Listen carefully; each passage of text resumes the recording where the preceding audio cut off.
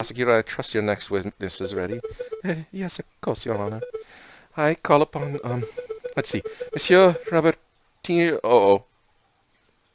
Uh-oh. How does it go? I swear to speak without hatred, without fear, and tell the whole truth and nothing but the truth.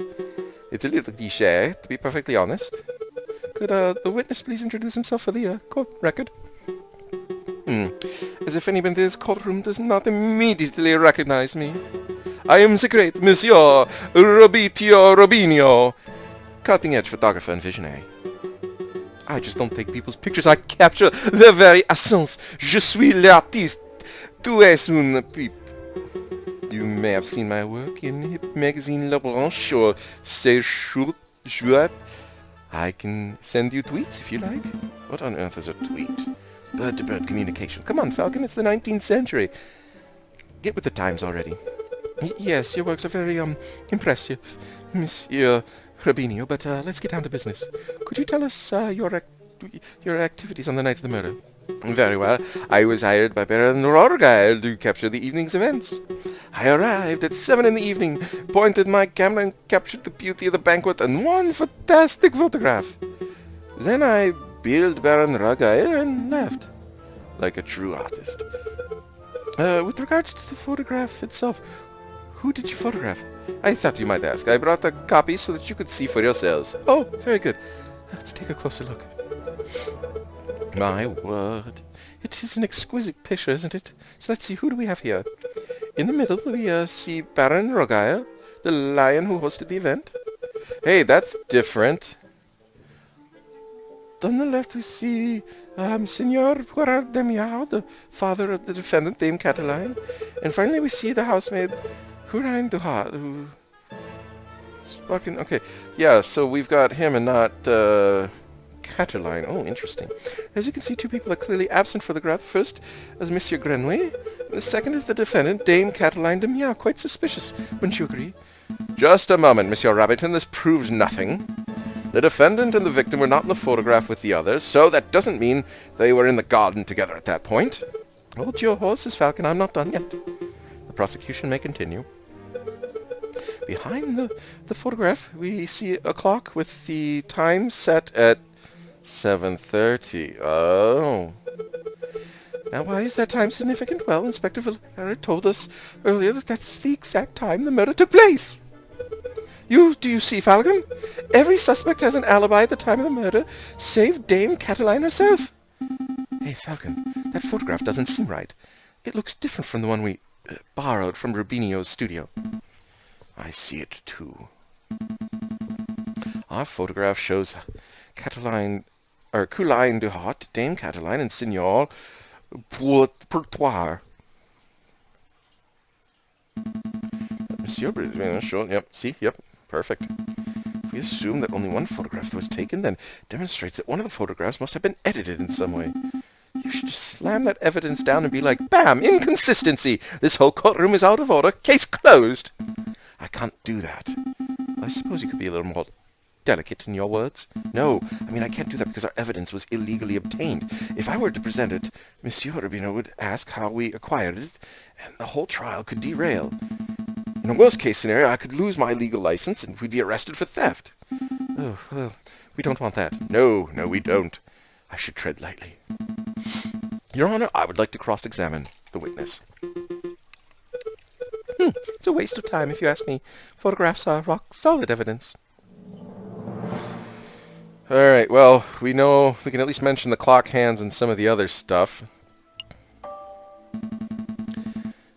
You arrived at 7 o'clock. Okay. How long did it take you to set up your camera? 25 minutes.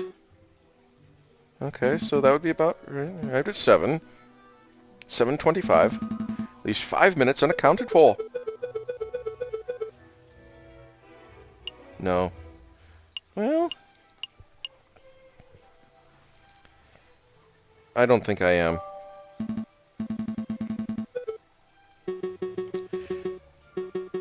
Okay, that's further. Alright. Do you have another question? Yes. No, not about his time.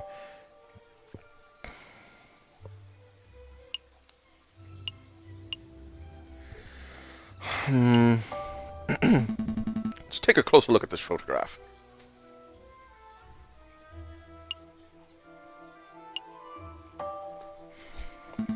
Just to clarify, the photograph is a direct reflection of reality, are they not? That is correct. The photographic process leaves no room for bias or inaccuracies. That is most curious, because I see a mistake. A mistake? Impossible! I told you, monsieur, the camera is perfect, unbiased device. A photograph it produces are flawless. Falcon, I'm not seeing any mistakes. Perhaps you could be more specific. Certainly! Click on it. Okay. The clock in this photograph. There's something not right about it. Well, isn't that convenient? The defense sees something wrong with the key piece of evidence. Don't give me that cocky tone, Monsieur Rubbington. I have evidence that there's something wrong with the clock in that picture. The photograph clearly shows the hands are pointing at 7 and 6. That much is self-evident. Which is most curious because the clock in the lounge on the Chateau Carnifax has no hands. It has no hands. The clock is merely a decorative piece, a talking item. Feel free to ask Baron Rorgeil or his housemaid if you have doubts. Signor Robinho, how do you explain this discrepancy? I don't know. There must be some sort of mistake. My camera is flawless. There's no mistake, monsieur. Your photograph depicts something that does not exist in the real world. Maybe there was an error in the printing process. An error precisely where the clock hands would be. Please, monsieur, don't patronize us. Allow me to offer a more plausible plausible? You, Monsieur Robinho, edited this photograph. Edited? I am no expert, but I suspect you used paint or ink to carefully put hands on the clock. It would have been a simple task, considering that the clock face was bare. Of course, one could even speculate you specifically chose to include the handless clock in the photograph just to simplify the editing process. Falcon, your reasoning is absurd. Why would the witness do such a thing? Is it not obvious? By showing the photograph to be taken precisely at 7:30, it clears the photographer's subject of suspicion. In other words, Monsieur Robinho created the perfect alibi. Of course, this raises further questions. Who is the witness protecting? And why? Was Monsieur Robinho coerced, bribed, threatened? Enough silence. Let's hear some answers, Monsieur Robinho. Fine, you got me. I'm guilty. I did it all. You did? You're confessing to the murder of Monsieur Grenouille? What? No. I have no idea who killed the frog. I'm just admitting I am guilty of producing fraudulent photographs. I was ordered to make changes to the printed photographs. And yes, that included adding the hands to the clock. You were ordered? By whom? I cannot say. Monsieur Robinho, I strongly advise you to answer the defense's questions. You have pledged to speak without fear, after all. With respect, Judge, I fear his claws more than I fear the punishment of the justice system. I shall name no names. His claws? Did you hear that, Falcon? That is most unfortunate. Monsieur Robinho, we cannot and shall not torture names out of you. We do not live under the ancien regime, after all. But since you have admitted to falsifying evidence, we cannot keep you on the stand as witness. Take your leave. You shall be charged with perjury in due course. I can't protest. That is the least I deserve for my failure as an artist. Good day, messieurs. Well, that's 2 witnesses we've... So, clock hands were painted on. So what? It doesn't matter. The photograph still depicts Dame Caroline has absent close the case to the time of... Oh, absent close to the time of the murder. That's significant. Don't be dense, Monsieur Rubbington. If the photograph is not completely genuine, it can't be considered reliable evidence. Why not? It's still a portrayal of the night's events. Because if we accept that one part of the picture has been edited, we must accept the possibility that the other parts were too. It is possible that Dame Caroline was painted out, or even worse, it is possible that another person was painted in. We know that the witness was trying to cover up for someone, so all possibilities must be accounted for. So what are you saying, Falcon? The housemaid paid off the photographer? Or was it Signor Putoir de Mouillao, perhaps? I don't think so. The housemaid lacks the means or the motive, and it wouldn't make sense for Signor Putoir to implicate his own daughter. was surely not suggesting the honest and beloved Baron Rorga had deliberately tried to frame Dame Catiline? Because it would be the most outlandish theory yet. The Baron is a pillar of the community. He would never do such a thing. Monsieur Rabington, I am not here to throw accusations. That is the job of the prosecutor. However, may I offer you my opinion? Oh. Uh-oh.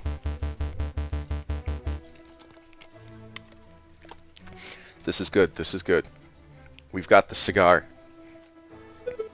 Incompetence? Indeed. Or, indeed. Let us proceed. I don't remember what voice I used for him. Let us proceed with, witness questioning. It is fine. Is that fine with you, Judge? Yes, I suppose that's fine. Very good. And I trust that the defense has no objections? No objections here. I got too many deep voice things. This is going to kill my throat. Fantastic. Oh, but before I forget, I pledge to speak without fear, prejudice, etc., etc. Now, prosecutor, ask me about what I witnessed over the course of the evening. Okay, Baron Rogai. The night of the initial dinner went magnificently. Then, when the photographer arrived, Monsieur Grenouille left to visit the garden. Dame Catiline followed behind him moments later. Signor Poutoir, Monsieur Rubinio, and myself were engaged in conversation, so we paid her no mind. After the photographer left, my housemaid left to go find Monsieur Grenouille and Dame Catiline. That's when I heard her cry for help. Thank you, Baron. I believe we know the story from here. I would like to cross-examine the witness. Do you doubt my integrity, garçon? I'm just here to uncover the truth, Baron. Very well, then. Hit me with your best shot. Let us establish with absolute certainty that I, Baron Rogaille, am an honest man. The defense may proceed with the cross-examination. All right. We need to figure out how to implicate the whole cigar butt thing. Baron, we saw the murder scene in your garden for ourselves. I'd like to ask what's with all the horses, but when was the last time you ventured into your own garden? It happens. As it happens, I have quite serious allergies. I haven't been in my garden for years. Years, you say? Indeed. Baron, I do not wish to call you a liar, but that claim does not hold up to scrutiny. Oh, and why is that? Because we have hard evidence you visited your garden recently. Balderdash, my word is gold. Show the court this so-called hard evidence that I've been in my garden. This was found in your garden. Now I'm Winston Churchill all of a sudden. Oops. To be specific, it was found inside the fountain basin. Right beside where the murder occurred. Cigar butt? That could belong to anybody, and, Prosecutor, please shut your mouth. I can speak for myself. Okay, so sorry, Baron. That is indeed the remnants of one of my cigars, but I must apologize, Monsieur Falcon, for I misunderstood your initial question. You see, prior to the banquet, I hadn't visited my own garden in years, but naturally after hearing the housemaid's cry for help the evening, I rushed outside. I was shocked and disgusted by what I saw. That must have been when I dropped the half-smoked cigar into the fountain basin. You see, Falcon, that's perfectly good. Oh, shoot. I would find that believable if the cigar were casually discarded, but as it happens, the cigar butt was found in the fountain's upper basin, a location that could only be accessed with great inconvenience. And a little paddling. The cigar butt was not dropped, but it was deliberately hidden. Any number of possible explanations are there, because I can think of only one.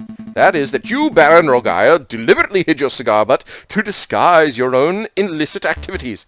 Did I now? And what illicit activities would these be? You want me to spell it out? Fine. Let's put everything on the table.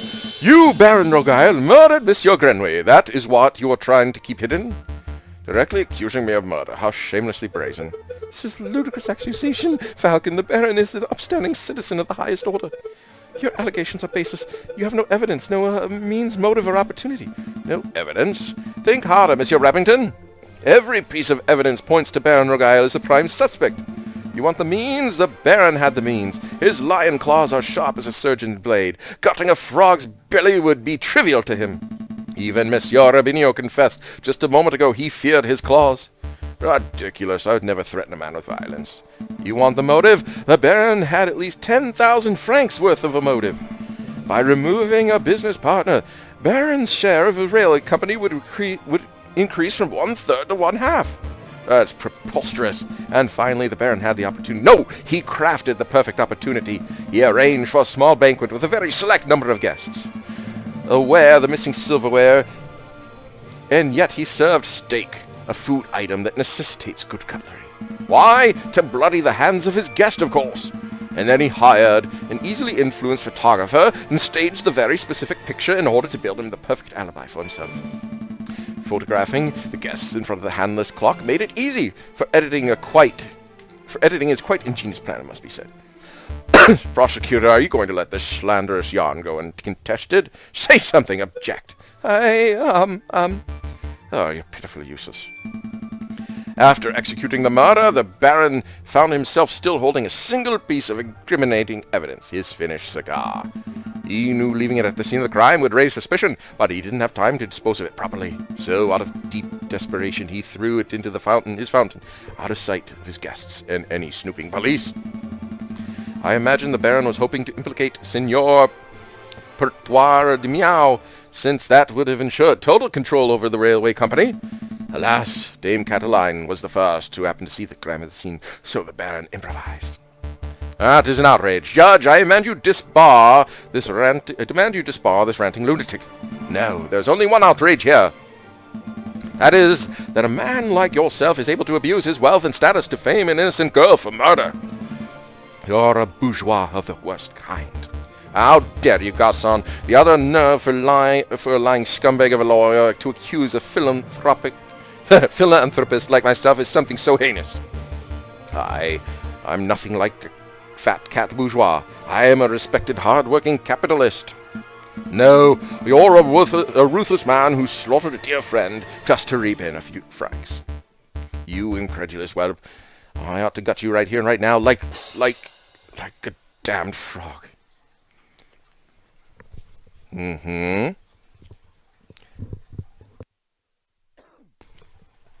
Could someone please restrain the Baron? I'm on it, Your Honor.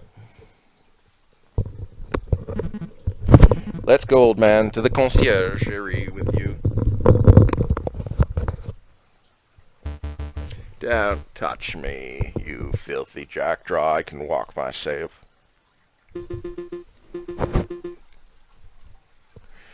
That's quite a turn of events. Does the prosecution have anything else to add? Manner of speaking, to be honest, no. Then I shall confer with the members of the jury to come to a decision. I ask the animals of the court, please be patient at this time. Falcon, that was pretty incredible. Thank you. I just hope it was enough. What do you mean? You just proved Cataline's innocent. We'll get the not guilty verdict for sure. Sparrowson, I think you've misunderstood something important about the justice system. What's that? I haven't proved anything. As lawyers, we cannot deal in proofs. It's just not possible.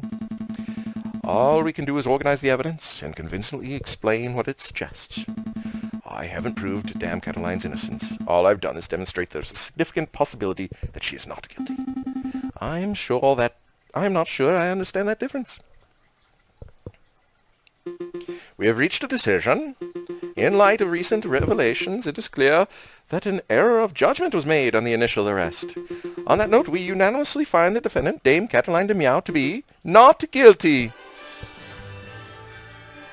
Oh, that was awesome. That was a lot of fun. Monsieur Falcon, Petite Sparrowson, you did it. Yeah, I suppose we did, didn't we? We should head back to the office so we can celebrate properly. You did it, Falcon. I can't take all the credit. This was a group achievement. I'm so proud of you both. I'll get the bottle of wine and 3 of our least dirty glasses. You are amazing, Monsieur Falcon. Oh, it was nothing. I very much like the way you pinned the murder on the Baron. That was an act of sheer genius. We didn't pin anything. Sparrowson and I just worked at unveiling the truth, given the facts of the case. Monsieur Falcon, there's no need to play coy. The case is over. Play coy? Don't tell me you're actually being sincere. I'm completely lost. Oh, wow. I thought the goody-goody thing was an act, but you actually didn't know. All right, I'll spell it out for you. Uh-oh.